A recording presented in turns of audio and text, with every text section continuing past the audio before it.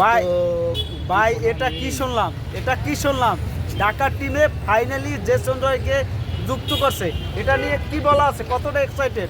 এখন একটু শান্তি লাগতেছে মনটা ভিতরে নাকি? 80% ছিলাম, এখন 100% হয়ে গেছে। এখন দলটা একটু ধরো কেমন শক্তি পেয়ে গেছে এখন। একটু কথা বলতে পারি না যে কি অবস্থা কি পরিস্থিতি। আমরা চেয়েছিলাম যে একটা ভালো একটা ব্যাটিং আসুক, কিন্তু তারপরও আমাদের যেটা ওপেনার্সে আমাদের মিডল ওভার, ঢাকা টিমের মিডল ওভার সংকট, সেটা আমরা চাই। কাইন্ডলি এইটা একটা ঘোষণা দিক, ঢাকা টিমে যে একটা মিডল ওভার আনছে সেটা নিয়ে কী বলার আছে তুফান ভাই, মিডল ওভার নিয়ে? খুবই ভালো অনুভূতি। আমরা হতাশায় ছিলাম, এখন আশাবাদী। অনেকটা হতাশা কেটে গেছে।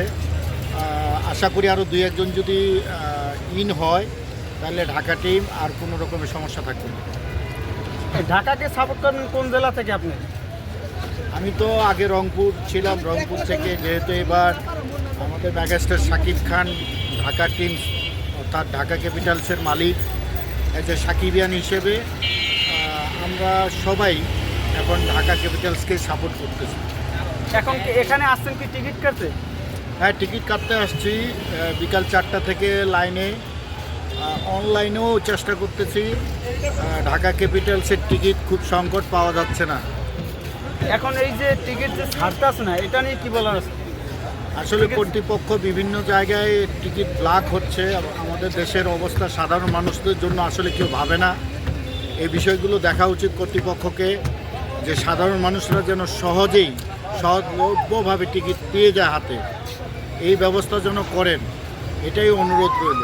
কেননা এই যে সেই বিকাল দুপুরের পর থেকে মানুষ সিরিয়ালে লাইনে আছে, সকাল ভোরে 4টা থেকে আসছে, ভোর 4টা থেকেও আছে অনেকেই, বিশেষ করে 4টার পরে বেশি। তো এই বিষয়টা আসলে খুবই দুঃখজনক। এই যে আমাদের নামটা মনে নাই এখন, উনি যে বললো 4টার সময় অনলাইনে টিকিটগুলো ছাড়বে, এটা নিয়ে এখন তো ছায় না, সেটা নিয়ে কি বলার আছে? আসলে বাংলাদেশটা এরকমই। আমাদের মেগাস্টার শাকিব খানের বিপিএল ঢাকা ক্যাপিটালস, এটা আমাদের ভালো লাগার একটা বিষয়। দেখা যাক কী হয়, পরিশেষে আমরা বলবো অনেক কিছু বলবো।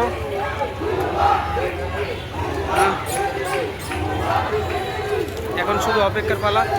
দেখতে পাচ্ছেন যে কী অবস্থায়, যে টিকিট ছায় না কেন, তার জন্য স্লোগান হইতেছে। টিকিট ছায় না দেখে স্লোগান হইতেছে, টিকিট ছায় না দেখে স্লোগান।